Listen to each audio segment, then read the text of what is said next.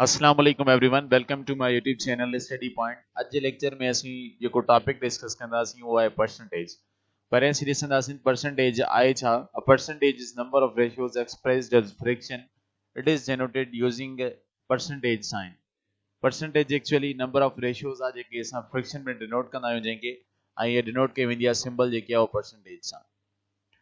How to find percentage number 1 असांजो task है percentage find की कजे। परसेंटेज जो फार्मूला है part upon total into 100। Part upon total, total मां कोई भी पार्ट खयल हूंदो कोई भी हिस्सो खयल हूंदो असां छा लिखंदासीं उनके पार्ट सॾींदासीं ऐं टोटल जेके असांजो नंबर गिवन हूंदो असां वो लिखंदासीं into 100। Part upon total into 100 इहो फार्मूला है परसेंटेज जो। असां वटि एग्जांपल आहे हाणे Aslam obtained 18 marks out of 72। Find is percentage. Aslam 72 marks मां 18 मार्क्स obtained कयूं आहिनि हाणे उनजी परसेंटेज फाइंड करणी आहे मार्क्स जी। डेटा असां गिवन आहे पार्ट असांजो थींदो वञी करे 18 छो त obtained मार्क्स कहिड़ियूं 89 ऐं टोटल मार्क्स कहिड़ियूं टोटल असां वटि इक्वल आहिनि 72 मार्क्स। परसेंटेज असांखे फाइंड करणी आहे परसेंटेज रिक्वायर्ड आहे क्वेश्चन मार्क। त परसेंटेज जो फार्मूला आहे part upon total into 100। The percentage equal थींदी वञी करे असांजी 18 अपॉन 72 इनटू 100। छो त पार्ट असां वटि गिवन आहे 18 असां मथे लिखियोसीं न्यूमरेटर में अपॉन में टोटल मार्क्स असांजी गिवन आहिनि 72 मल्टीप्लाई बाय 100 जेको आहे फार्मूला वारो। त 18 अपॉन 72 खे असीं सिंप्लीफाई कंदासीं 9 जो टेबल लॻाईंदासीं 2 टाइम्स 2 9 द 18 एंड 8 9 द 72। त आंसर आयो असांजो 2 अपॉन 8 इनटू 100। त असां लिखंदासीं percentage is equal to 2 upon 8 into 100। हाणे इनके फर्दर सिंप्लीफाई कंदासीं 2 अपॉन 8 के फर्दर सिंप्लीफाई करे सघूं था 2 जो टेबल लगाए 1 2 द 2 ऐं 4 2 द 8। आंसर थींदो 1 अपॉन 4 इनटू 100। हाणे 4 ऐं 100 जो टेबल जेको असां इन ते लॻाईंदासीं त 4 जो टेबल 4 ते 1 टाइम वेंदो ऐं 4 जो टेबल 100 ते 25 टाइम्स वेंदो। हाणे असांजी परसेंटेज इक्वल थींदी 1 इनटू 25 अपॉन में 1। त आंसर थींदो वञी करे 1 इनटू 25 परसेंटेज। त परसेंटेज असांजी केतिरी आई 25%। सेकंड जेको टास्क है इनमें वो है त हाउ टू फाइंड पार्ट। हाणे पहिरीं जेको असां स्टेप में पहिरें टास्क में असां फाइंड कयोसीं परसेंटेज कीअं फाइंड कजे जॾहिं असांखे पार्ट एंड टोटल जेको आहे गिवन हुजे। सेकंड पार्ट में आहे त असांखे पार्ट कीअं असां फाइंड कयूं त जॾहिं असांखे परसेंटेज गिवन हुजे टोटल भी गिवन हुजे पोइ असां पार्ट कीअं फाइंड कयूं। जीअं हाणे एग्जांपल मिलियल आहे सैमा spend 80% of her salary in a month.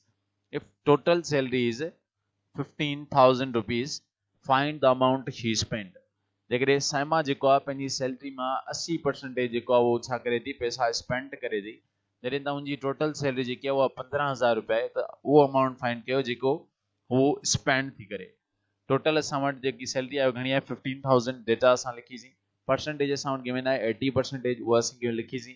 Part असांखे फाइंड करिणो आहे part means the amount which she spend and part is equal to question mark given आहे। The same जेको फार्मूला असांजो इहो परसेंटेज वारो percentage is equal to part upon total into 100 वारे खे असीं रीअरेंज कंदासीं। असांखे पार्ट फाइंड करिणो आहे त पार्ट इक्वल थींदो वञी करे परसेंटेज इनटू टोटल अपॉन में 100। गिवन डेटा असांखे मिलियल आहे उन मां असां वैल्यूज पुट कंदासीं। p is equal to means part is equal to percentage असांखे घणी मिलियल आहे 80 असां वैल्यू पुट कयोसीं इनटू टोटल सैलरी घणी आहे 15,000 असीं पुट कयोसीं अपॉन में 100 फार्मूला वारो 100 असां सेम लिखियोसीं। 2 ज़ीरोज़ हिंजा कैंसिल 2 ज़ीरोज़ 15,000 मां हिंजा कैंसिल। ठीक है असांजो आंसर थींदो वञी करे 80 इनटू 150। त ही थींदो वञी equal part is equal to 12,000 rupees. She spent are is 12,000 rupees from 15,000 rupees.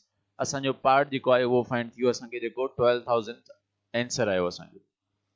Number third जेको टास्क है वो कहिड़ो आहे थर्ड असांखे टास्क इहो आहे हाउ टू फाइंड टोटल। पहिरें में असीं परसेंटेज फाइंड कईसीं टास्क में। सेकंड में असां छा कयोसीं जेको आहे असां पार्ट मीन्स फाइंड कयोसीं। थर्ड में असीं टोटल फाइंड कंदासीं।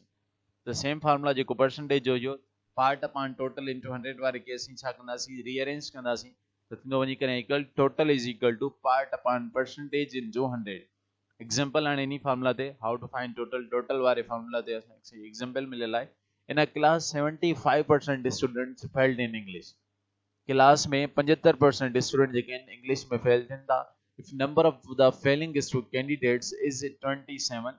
जेकॾहिं नंबर ऑफ फेलिंग कैंडिडेट्स जो 27 आहे find total number of students in the class. हाणे ॾिसो 75% जेके स्टूडेंट्स आहिनि उहे इंग्लिश में फेल थियनि था चए थो नंबर ऑफ फेलिंग कैंडिडेट्स जेकॾहिं 27 आहिनि 27 जेके आहिनि कैंडिडेट उहे फेल थियनि था त टोटल नंबर ऑफ स्टूडेंट्स जेको क्लास में है वो असांखे फाइंड करे ॾेखारियो। टोटल असांखे फाइंड करणो आहे। Total is equal to question mark part असांखे घणा मिलियल आहे 27 मींस असां गिवन स्टूडेंट्स जेके फेलिंग घणा आहिनि कैंडिडेट्स 27 आहिनि ऐं परसेंटेज जेकी मिलियल आहे क्लास में स्टूडेंट्स जी केतिरी आयो आहे जेके फेल इंग्लिश में 75%।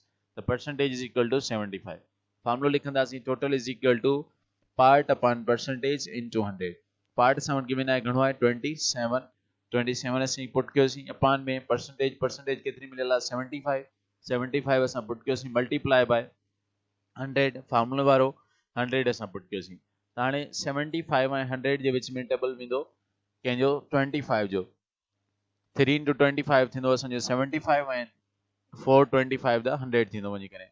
त असीं हाणे छा कंदासीं सिंप्लीफिकेशन थी वई उनखां पोइ असीं 27 खे मल्टीप्लाई कंदासीं 4 सां अपान में 3 असांजो हाणे 3 जो टेबल वरी 27 ते अञा वेंदो फर्दर त 1 3 द 3 एंड 9 3 द 27 त आंसर थियो वञी करे total is equal to 9 into 4 total असांजो इक्वल थींदो 36 means total number of students in class घणा थिया असांजा 36 जा।